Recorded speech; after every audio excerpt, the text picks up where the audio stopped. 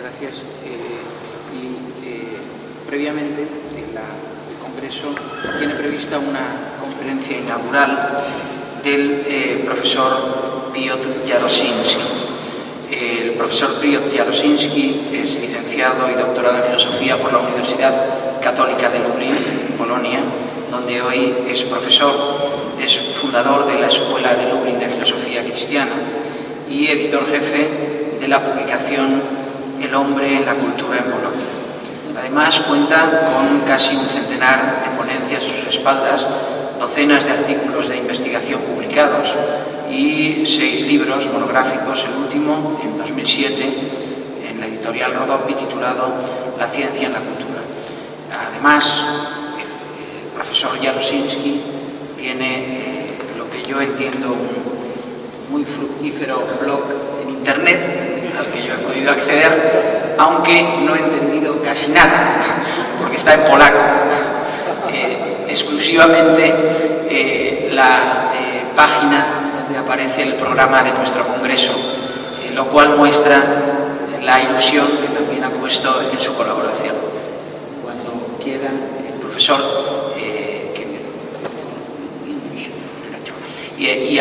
que hablará en inglés, lo digo para que se vayan preparando quienes tienen que acudir a la traducción simultánea, hablar en inglés. Cuando usted quiera, profesor. Muchas gracias.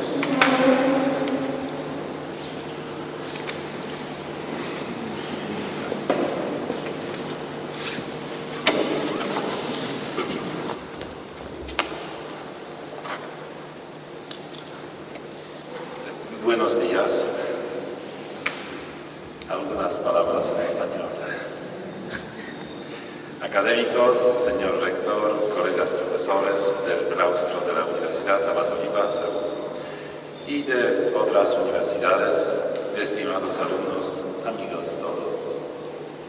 Es una alegría y un honor para mí poder compartir con ustedes algunas reflexiones incluidas dentro del marco de este congreso sobre un tema tan fundamental como es la educación y la política.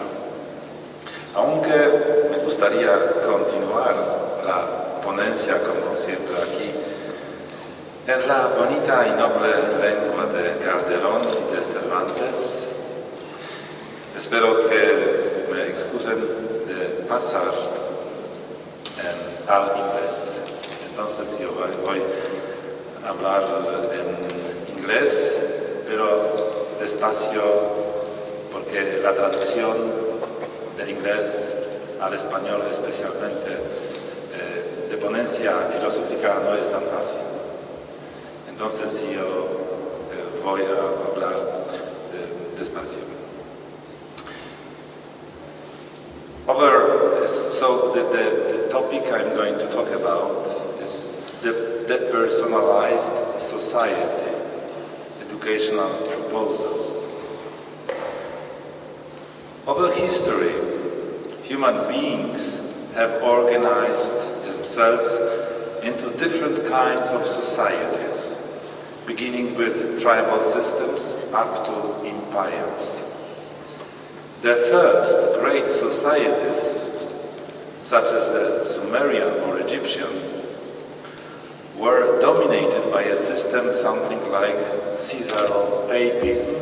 It means the head of the state was also the religious leader.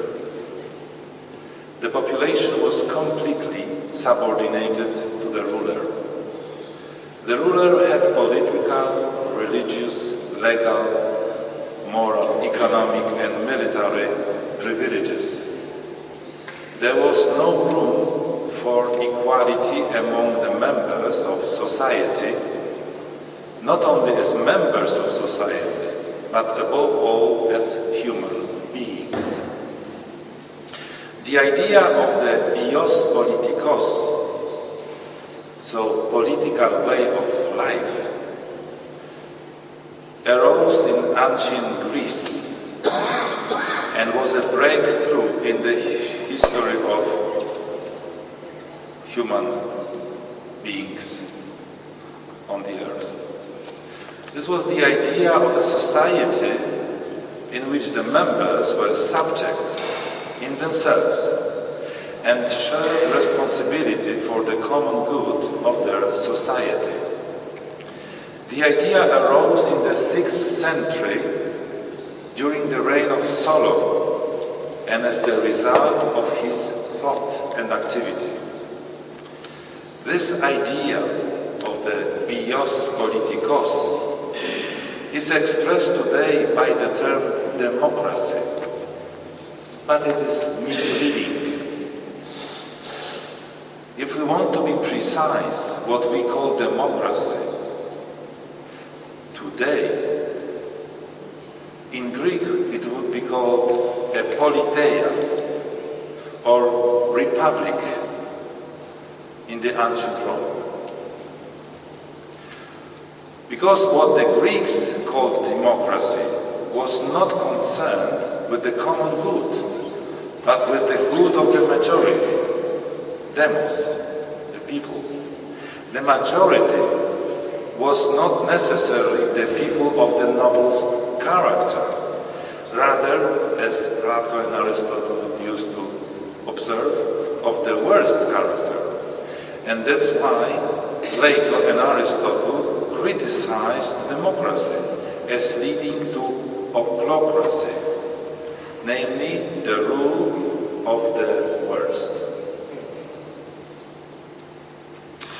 Aristotle's observation that man has a social nature is the key to proper understanding the idea of the bios politikos.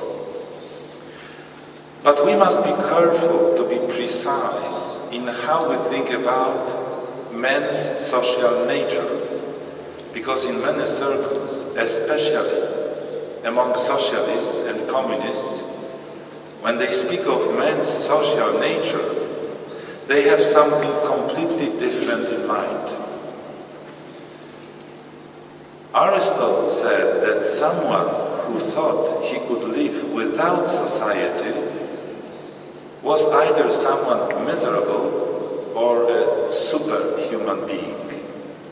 It's good to know the Greek words. Someone miserable, someone whose life is a private life, was called in Greek idiotes, an idiot, and who thought that a superhuman is above society, el cretino. It is an exact Greek word, or kraton anthropos. A normal human being must live in society. Two questions arise here. In what sense does a human being need society? And in what degree does a human being belong to society? Aristotle's realism in how he looked at the world, and so in how he looked at man and society, it is man as human being, and because I am not politically correct, so man, it's not he and she, to be precise, had its theoretical basis. Theoretical means philosophical or even metaphysical basis in his conception of being, topon in Greek, and nature, physis. It is very important to understand this. Man is a substance, in Greek ousia, and so belongs to the most important category of being. Man is also a composite substance. There are elements called matter and form, and properties, organs and faculties.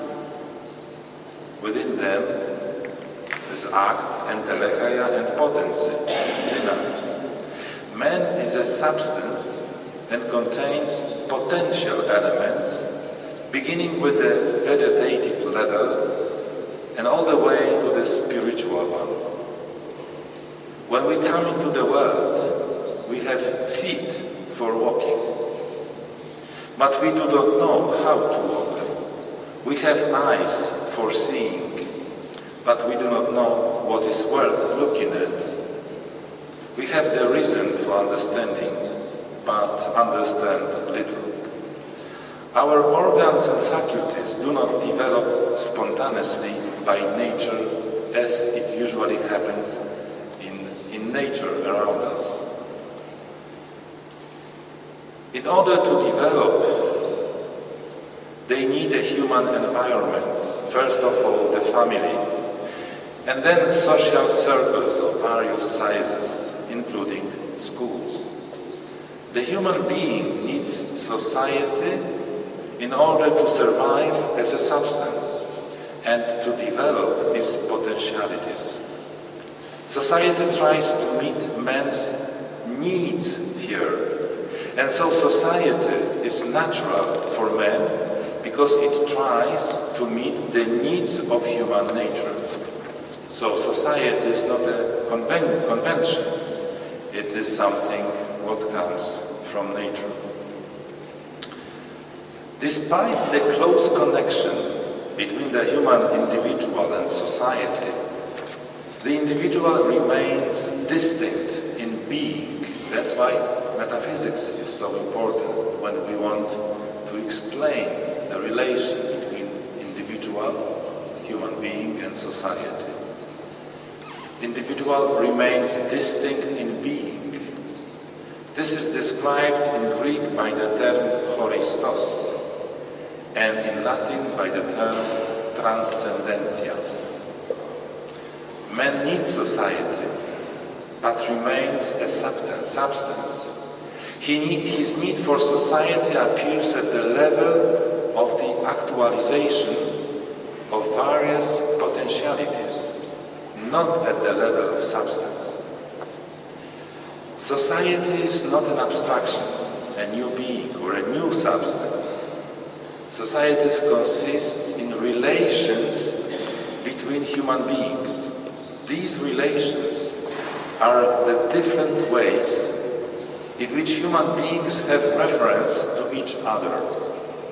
This system of relations takes on an institutionalized form based on the codification of positive law.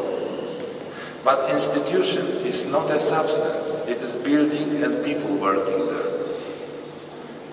Interhuman relations are determined by justice in society.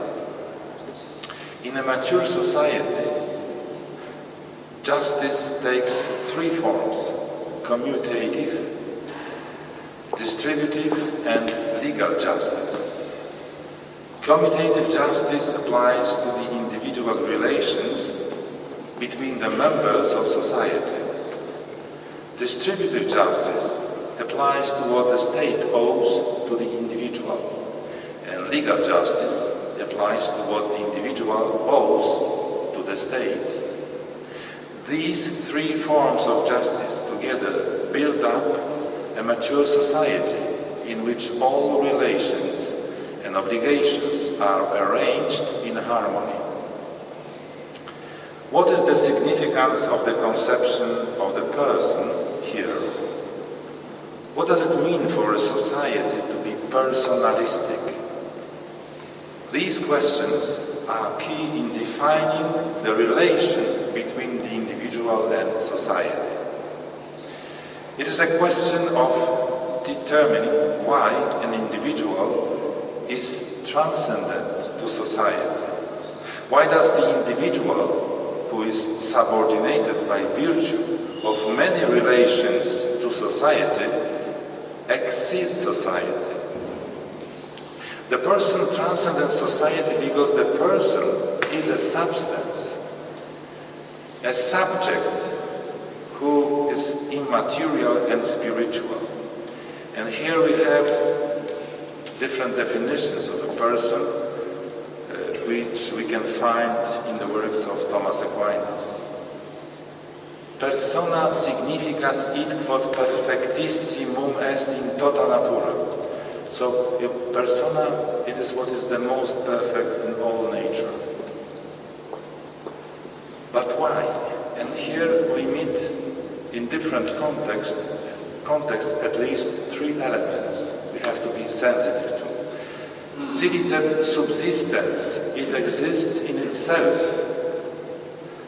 So it is not what exists in something else, but it is like the coal. It exists in a substance or relation. I am a few meters from the chair, but I can move and I'm still the same being, but the distance has changed.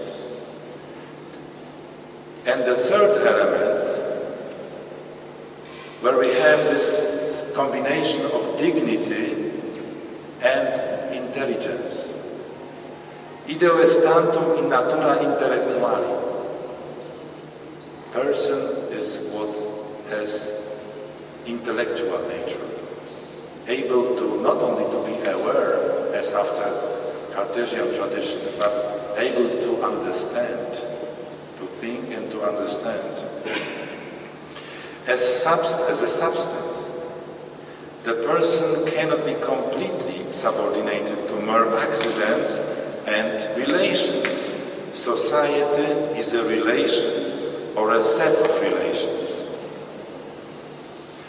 As an immaterial subject, the person is open by nature to persisting in existence regardless of biological death.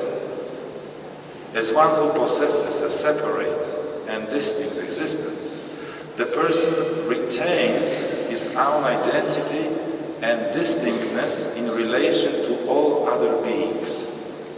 So a person, we have to stress again, it is a concrete being and not a concept. It is not humanity. Humanity is an abstract. There is no humanity. They are concrete persons. And it is important to stress this point because we live in all this utopic socialism coming from Plato and then positivism, neo-positivism, and all the time they talk about humanity. It is an abstract, it is a concept, nothing more. It's not a real being. That's why metaphysics is so important, because it belongs to metaphysics to explain the status of being.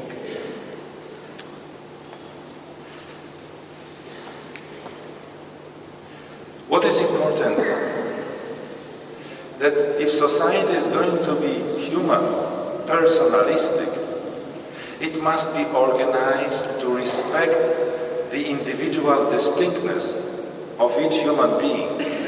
And society must be organized so that the personal development of the human being will be the supreme purpose. So the first purpose is called the common good. And the common good is a spiritual good. And a spiritual, it can be shared by many individuals. 1 million persons cannot go where they want in one car, but 1 million persons can listen and understand to one lecture on philosophy, or enjoy one concert of Chopin's music, or think about the same philosophical truth, because it is a spiritual level. Culture is an end, while material goods are merely means and not ends. The society organized, as described, is a personalistic society. Why does a society undergo depersonalization or move off the path of personalism? This occurs when the substantial distinctness of each human being is denied or ignored, and when the transcendental dimension of our being is denied. This occurs when society is organized without consideration of man's specific character as a personal being. How can we learn who man is? For the first civilizations, such as the Egyptians, mythology and religion supplied the fundamental ideas for society. In mythology, they could find a reason why the pharaoh was the sole subject in society, because the Pharaoh was above society. And he was above society because he was closer to the gods, or even he was a god in his own right. That's why the entire society lived and worked and died for the sake of the god, namely the Pharaoh. The principles upon which the Western societies have been built look to philosophy and theology. Mythology was discredited by philosophy and by theology. What sorts of philosophy and what sorts of theology favor or hinder the construction of a personalistic society? Philosophy played a key role because theology, in the interpretation of the data of revelation, looks to philosophy. The type of theology we have depends on our philosophy, but there are different philosophies. In modern times, the two most influential philosophical conceptions of society, liberalism and socialism, have come into conflict. Liberalism speaks of the individuality of the human being, while socialism speaks of society. How do these two theories relate to personalism? Liberalism would seem to be much closer than socialism to the ideal of personalism. But it is not true.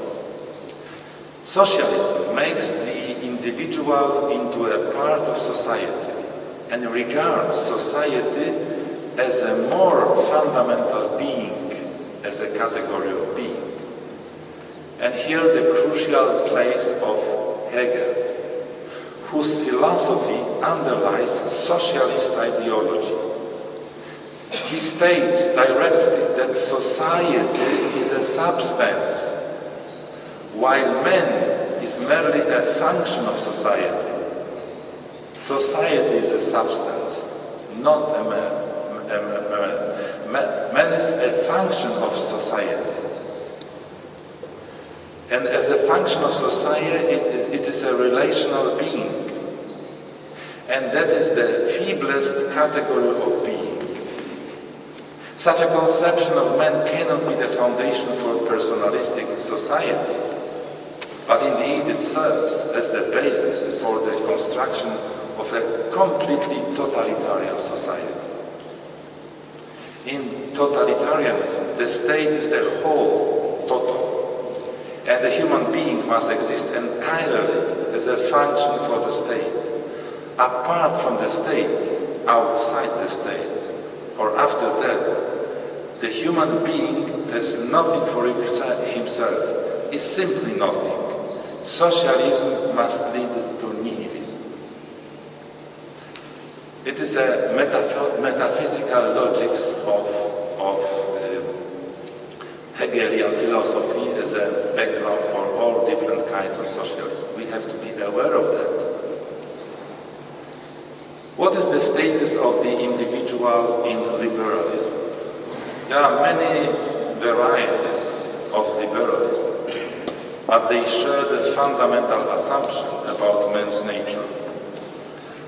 We should remember that liberalism arose in a Protestant milieu that was heir to a certain conception of philosophy and a certain conception of theology. The philosophy they inherited was voluntarism and nominalism. Voluntarism puts the will before the reason, or even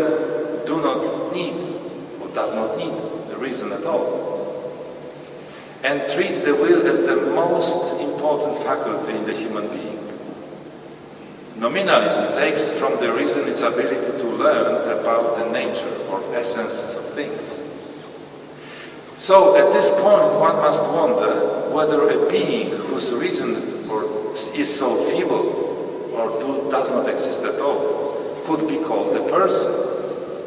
When the will is put in the first place, how can the will be advised in its choices if there is a little help or no help at all from the part of reason. Liberalism seems to work with a defective vision of man that cannot match the conception of man as a person. Man as a person must be a complete being and substance to be a person. In liberalism, man is not a complete being. What is important to stress more when we talk about liberalism?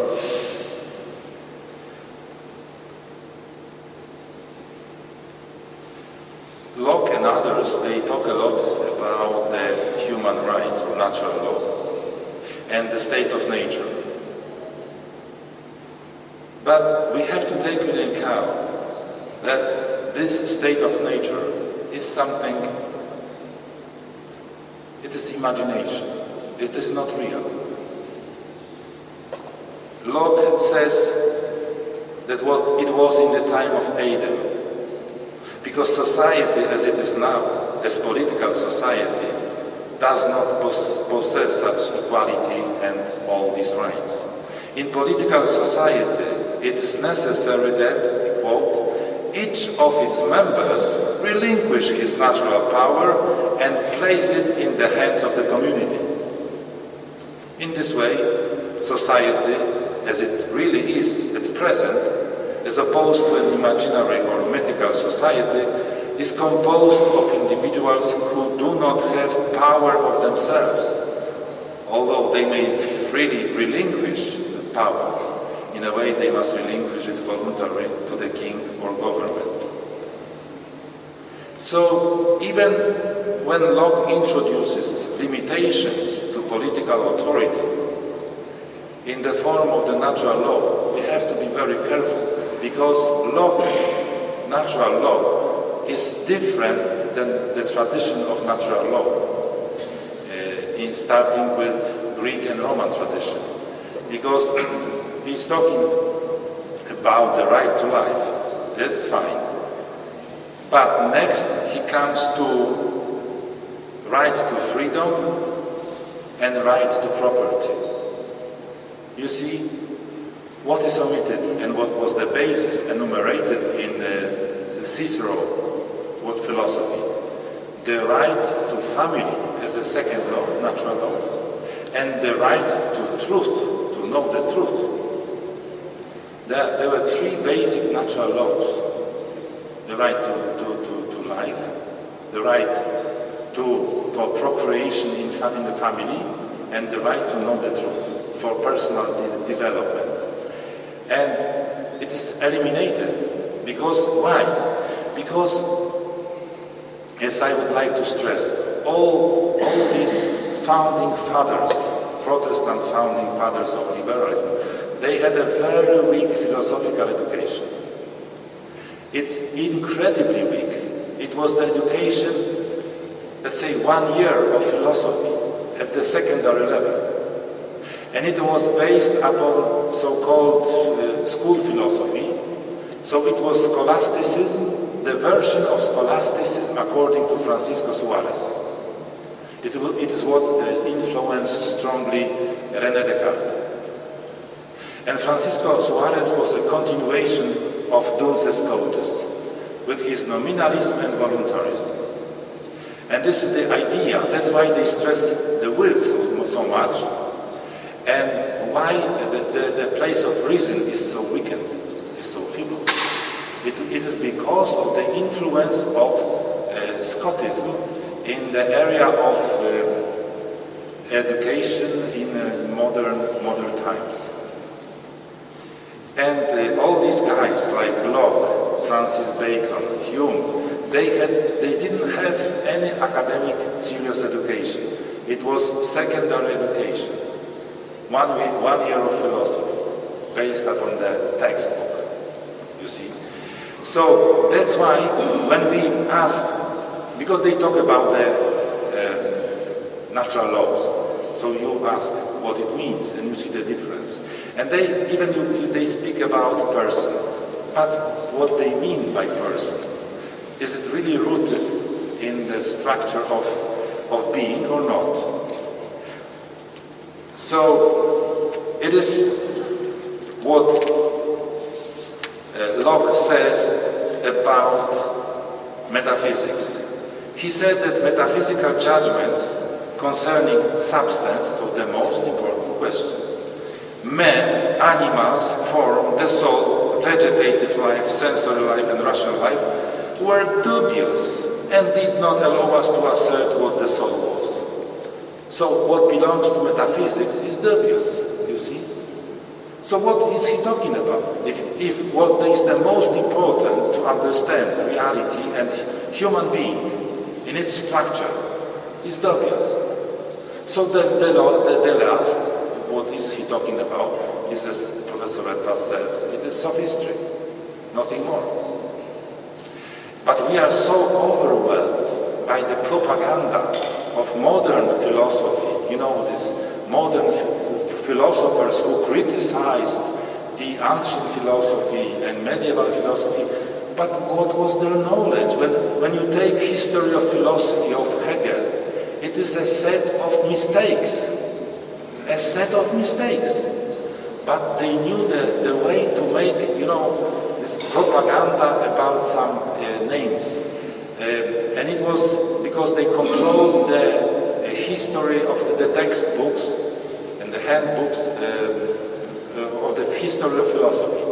And they placed these names, and when we read the histories of philosophy, they are prepared according to this a prioristic tendency to reduce the importance of philosophy to modern times and to show what was before as in black colors. So to sum up, the personalization of Western society has proceeded on two tracks. The first track is liberalism and the second is socialism. Both are connected in their opposition to personalism, which has its foundations in classical realistic metaphysics. At present, the next phase is postmodernism, which attacks in many ways the concept of rationality, the abilities of the reason, and the category of substance. As a result, the image of man is the total destruction of substance, of identity, of the soul, and of reason.